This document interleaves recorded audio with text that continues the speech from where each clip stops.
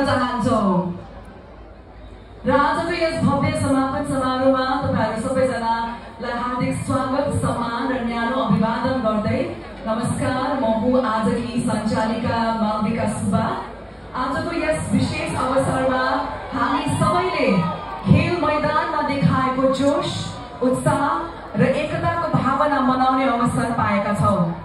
साथै नेपालकै सर्वाधिक पुरस्कार राशि सहितको झापा महिला गोल्ड कप फुटबल प्रतियोगिता दुधे रङ्गशालामा आयोजना भएको यस गोल्ड कपका आयोजक टिमलाई धेरै बधाई। फुटबल खेल मार्फत सम्पूर्ण नेपालीहरूलाई एकीकृत गरिदिनु भएकोमा धेरै धेरै धन्यवाद छ।